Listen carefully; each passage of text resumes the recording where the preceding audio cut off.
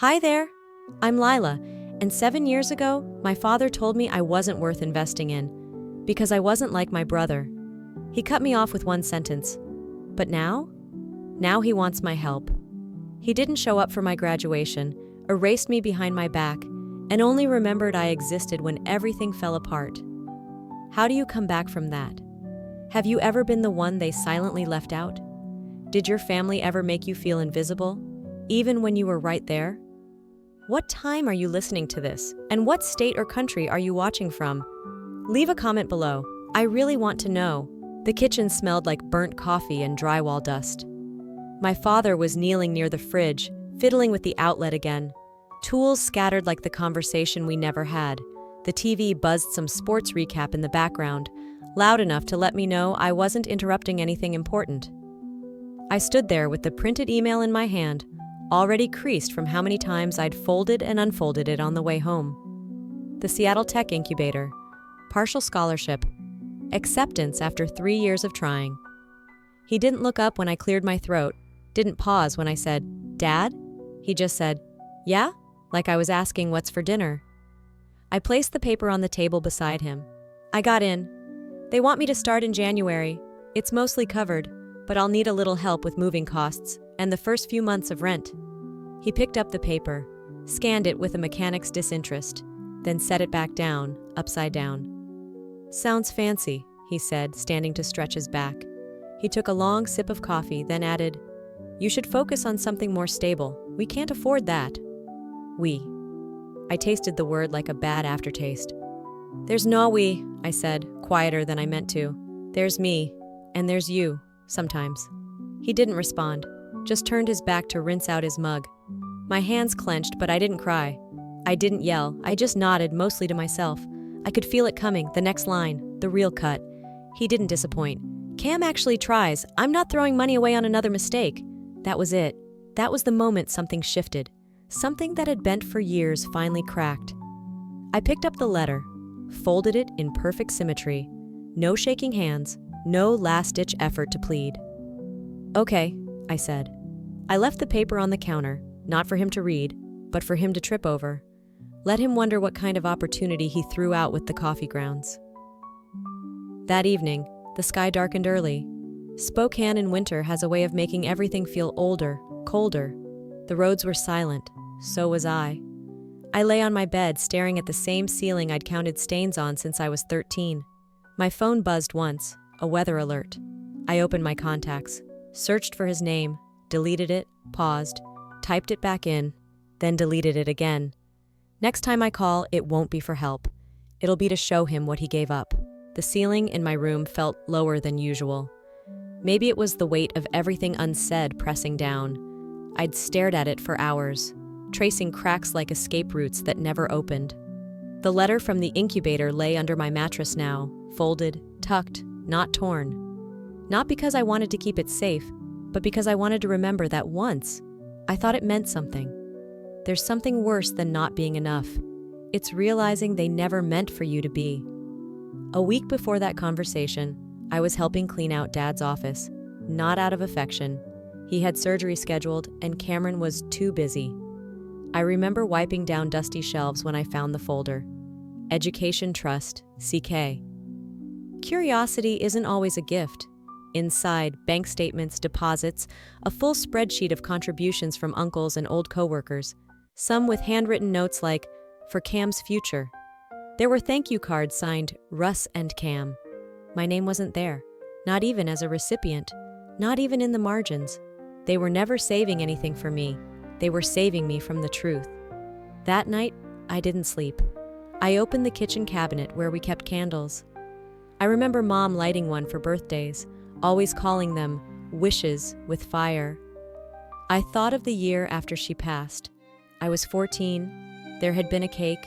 I remember the butterflies when I saw the box. I thought maybe he remembered. I opened the lid. "Happy birthday, Cam." No one corrected it, no one noticed. I cut the cake myself, gave Cameron a slice, didn't take one. The part that hurt wasn't the name. It was how no one saw anything wrong. Back in the present, I walked to the garage. Empty. Cameron's skateboard leaned against the wall like always, scuffed and worn. I grabbed a yellow sticky note from the drawer, wrote, "Thanks for the cake," stuck it on the fridge. Then I packed. Not clothes, just the things that were mine, quietly mine. The charger I bought myself, the notebooks Mom once touched, the chipped mug that never left the back of the cabinet. Things they wouldn't miss. The phone felt heavier in my hand than the backpack on my shoulders. I stared at the screen. One contact I hadn't touched in years. I typed, "Can I stay with you for a while?" The reply came in under a minute. "Always." The cursor blinked like it had something to say before I did. I sat there on the edge of the fold-out, laptop open, legs pulled to my chest, the chill from Maureen's hardwood floor creeping through my socks. I'd typed nothing for 20 minutes. If I write it down, maybe I'll stop justifying it in my head. Maybe I'll stop rewriting their excuses to sound like love. So I wrote the first sentence that hurt in a way I hadn't admitted. He forgot it was my birthday, and everyone laughed. It was Thanksgiving 3 years ago. I'd flown home because I still believed showing up might change something.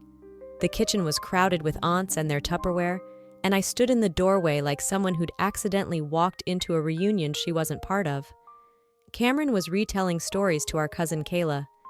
He always had the floor, the volume, the laughter. "Remember that time I ordered a cake for myself and totally forgot it was Lila's birthday too?" He chuckled. Kayla laughed so hard she spilled her drink. Even Dad cracked a smile. I didn't say a word, just kept holding the dish of sweet potatoes I'd made. Like that would somehow anchor me in the room. He didn't mean it, but that's the problem. He never had to. There was no malice in Cameron, only ease. He could make mistakes without consequence, forget people without being cruel. That made it worse, not better, because they all made room for him, and I'd spent my life making myself small so I wouldn't be in anyone's way. That night, I got back to Maureen's and pulled up my app dashboard. I remember the number ticking over, 10,000 users, a milestone, the kind of moment people pop champagne for. I sat there alone in a dim kitchen, holding my breath like it might mean something if someone else acknowledged it. I called him. It rang twice. He picked up with a cough, like I'd woken him. "Is Cameron okay?" he asked. Just that. Not hi, not what's up, not even a pause long enough for me to get a word in. "I'm the one who called," I said. "Oh," he mumbled, voice dropping. "It's late, Lyla." That was it. No congratulations, no curiosity, just confusion that I would reach out without needing anything. It wasn't a call for help, but he thought that's the only reason I'd reach out. I stared at my call history after hanging up. No missed calls from him, no follow-up. I haven't dialed his number since. And maybe, just maybe, I stopped being his daughter long before I stopped calling him. I closed the laptop. My fingers ached more than my chest. I curled into the blanket Maureen left out for me and tried to pretend the weight I carried was just from a long day, not a long decade. My phone buzzed. Cameron had sent a meme, some dumb animation of a cat slipping on ice. Caption, "Miss you, nerd." I didn't open it. I already knew how people laugh at things they don't regret. The sun was starting to slip behind the hills when I stepped outside to check the mailbox. The quiet had started to feel like a friend I wasn't sure how to outgrow. Spokane had a way of making everything look half frozen, even in spring. I didn't expect to see Mrs. Turner. She still wore the same quilted vest, same overstuffed keychain dangling from her wrist. Her eyes lit up the way small-town people's eyes do when they spot someone they once watched grow up. "Well, look who's back," she smiled. "You look better, Lyla. Your dad said you'd had a tough time." I froze, mail clutched in one hand. "My dad said that?" "Oh, yes, dear. Said you were struggling, that you called late at night, crying. Poor thing. Must be hard being so sensitive." I nodded. The kind of nod that doesn't mean agreement, just survival. I thanked her, voice hollow, and walked away before I could say something I'd regret more than I already regretted not leaving this town sooner. The silence burned louder than anything she'd said, because now I knew he hadn't just dismissed me in private, he had rewritten me in public. I thought back to that night, the app launch, 10,000 users, me sitting in the dark with a laptop and a glimmer of pride. The one night I had allowed myself to want something from him. I had called, not for help, not for validation, just for a moment of recognition. "Is Cameron okay?" he'd asked. I didn't know what hurt more then, The fact that he hadn't said my name, or the fact that he still hadn't since. But now I understood something else. He didn't just ignore me. He made me into a joke. That night, I sat alone in Maureen's kitchen with the porch light still on. I didn't turn it off. I didn't move. Another memory came like a wave I couldn't dodge. Graduation. The bleachers were full. Everyone scanning the crowd for their people. I had saved him a seat. I remember texting him that morning. No response. Cameron had posted a video of himself at football practice that same hour, smiling into the camera while spinning a ball on his finger. I scanned those bleachers for too long, hoping, denying, bargaining. I looked into a crowd and realized no one was looking back at me. Maureen had brought flowers but stayed quiet, because she knew. She always knew. I made it to the top of that stage alone, and I stepped down a different person. When I got back to Maureen's that day, I didn't cry. I didn't scream. I just sat. And now, years later, here I was again, sitting, feeling the echoes settle into old places. Maureen poured tea without asking. Her silence said more than pity ever could. He didn't just forget me, I finally whispered. He erased me.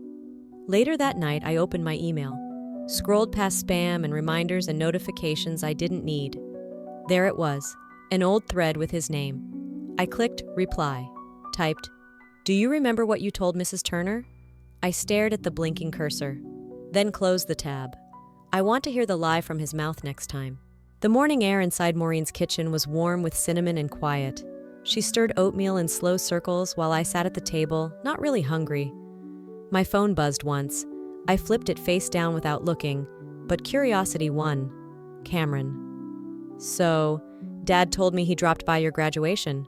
Cool, huh?" "Cool." I stared at the message until the screen dimmed and went black. It wasn't that I didn't know how to reply, it's that I didn't want to explain why I wouldn't. Because there's no explanation for cowardice that makes it noble. He thinks it was sweet. I think it was escape. It had taken Maureen months to tell me he'd come. Not inside, not close, just near enough to pretend he cared, but not enough to risk being seen. He stood behind the fence, back near the gate, she had whispered once, like saying it louder would give it meaning. He left before your name was called. I remembered scanning the bleachers, my eyes sharp with hope, throat tight with pretend patience. I thought maybe he was stuck in traffic, maybe he was on his way, but he wasn't. And worse, he had been, just not brave enough to stay, not brave enough to see me win without him. I pressed the lid of my coffee cup until it clicked shut, still silent.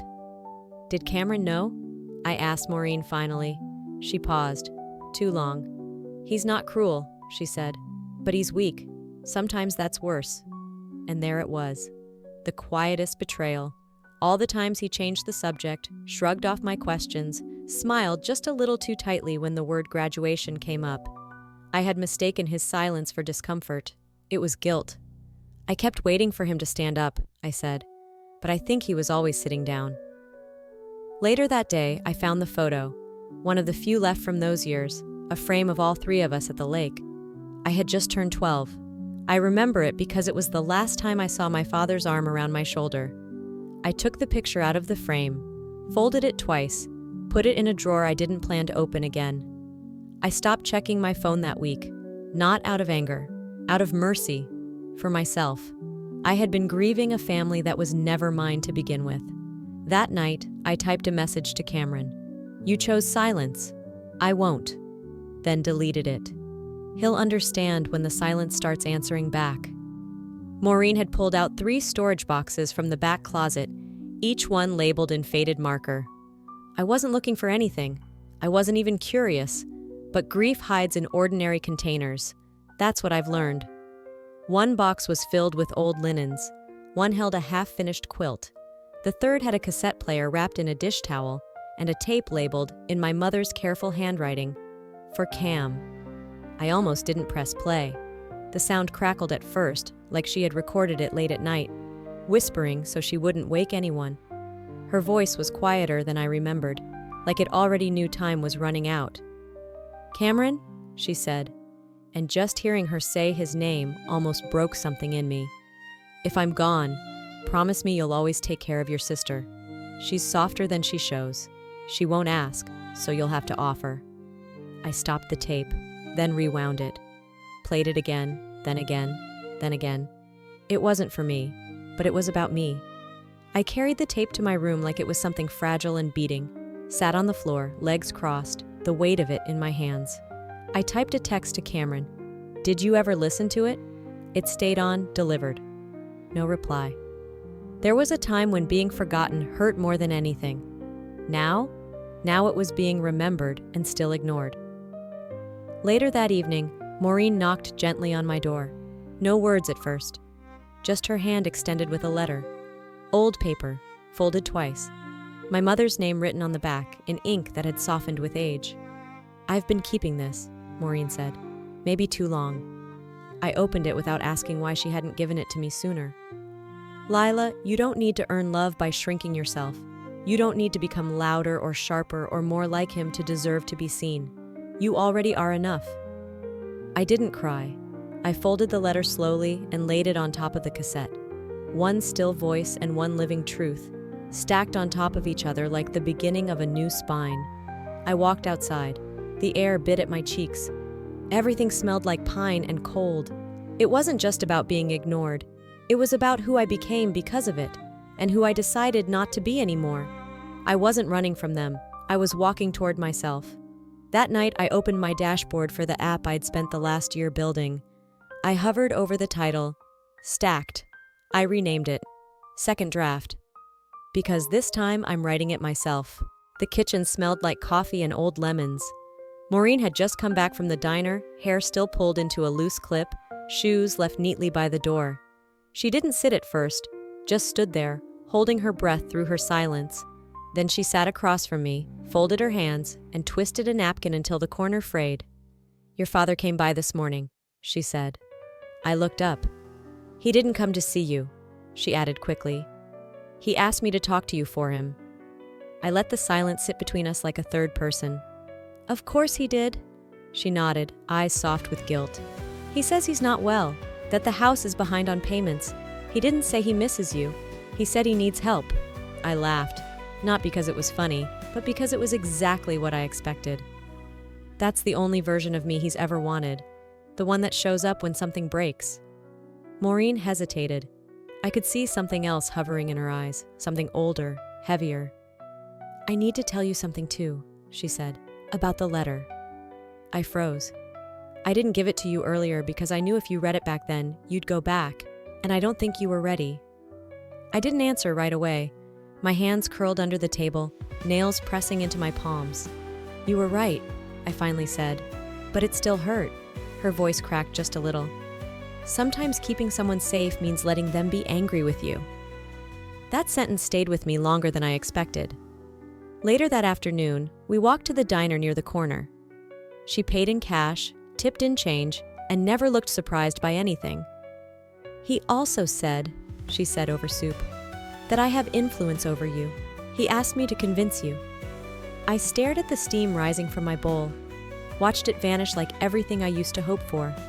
That's not a request, I said quietly. That's a transaction. Maureen didn't reply. I stood up, pulled on my coat. The sleeves still smelled like cedar from her closet. Tell him, I said, I'm not for sale. That night, I sat at my desk and opened an email draft. To Russell Kincaid.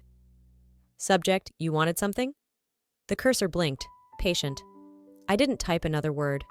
I just sat there, letting him wonder what I knew now. The text came just before dinner, right when the sky was turning lavender and the house was humming with quiet. Maureen was slicing carrots. I was staring at my phone, the words lighting up the screen like they deserved my attention. Dad's not doing well. He needs you. No, I'm sorry. No, how have you been? Just a sentence that sounded more like an assignment than a request. I read it once, then again, then put the phone face down and picked up the spoon. Funny how he remembers I exist when things fall apart. That night, I didn't cry. I didn't rant. I sat at the table and opened a notebook Maureen had given me when I first moved in. It still smelled like cardboard and lavender oil. On a clean page, I wrote in thick black ink all the ways I disappeared. I wrote, when he stopped saying goodnight, when my report cards became routine, When Cameron's bruises from football mattered more than my piano recitals. When I got into college and he didn't ask what for. When I built something from nothing and he called it too cute.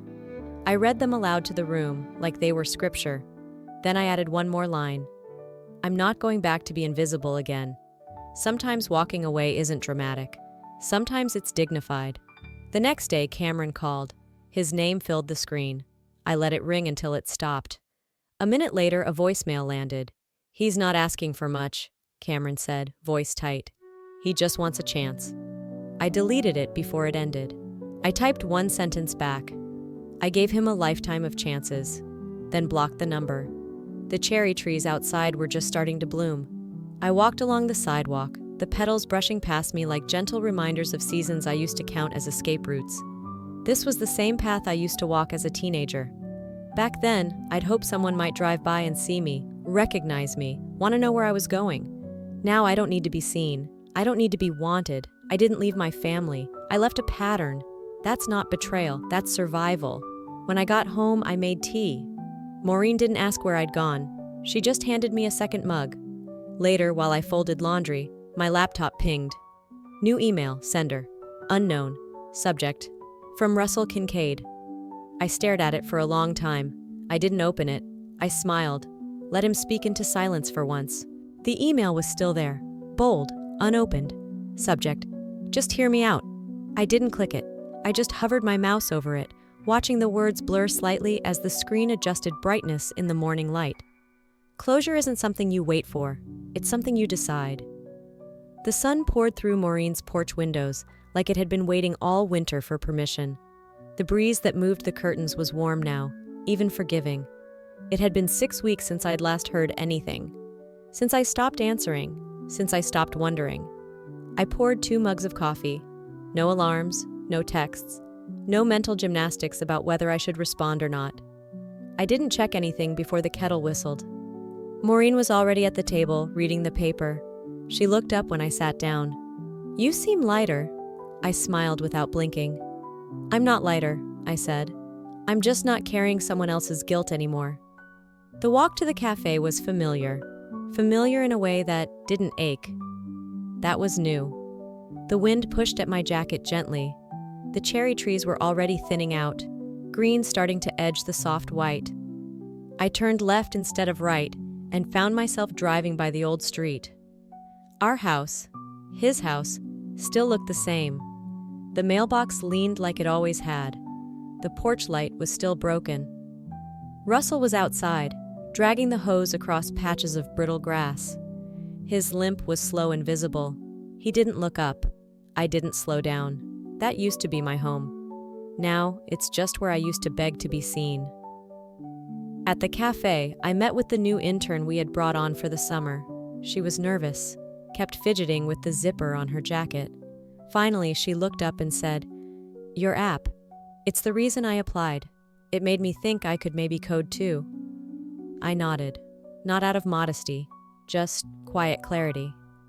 Then it did what it was supposed to do. There are some families we are born into, and some we build. Later that evening, I lit a candle, not for grief, but for the soft kind of gratitude that doesn't demand anything in return. I opened my journal and wrote, Forgiveness doesn't always come with reunion. Sometimes it comes with distance. I closed the notebook. My phone buzzed. A new text, unknown number. I'm sorry. See? I didn't reply.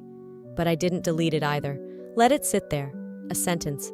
Not an apology, not a beginning. Just proof that I had finally moved on far enough to not need a response. Sometimes, letting go isn't about punishment. It's about peace. I spent years shrinking myself to fit into spaces I was never truly welcomed in. And the truth is, walking away wasn't the hardest part. Staying silent when I was expected to come running, that was the strength I didn't know I had. If you've ever felt invisible in your own family, or like your worth was measured by what you could give and not who you are, I see you. You're not alone, and more importantly, you're not wrong for choosing yourself. What would you have done in my shoes? Do you believe forgiveness always needs a reunion? Or can it live quietly in distance? Let's talk about it. Drop a 1 in the comments if this story touched you. or let me know what city you're watching from. And hey, if you're still here, it probably means this story mattered to you. So hit that subscribe button to catch the next one. Because healing isn't just mine, it's ours.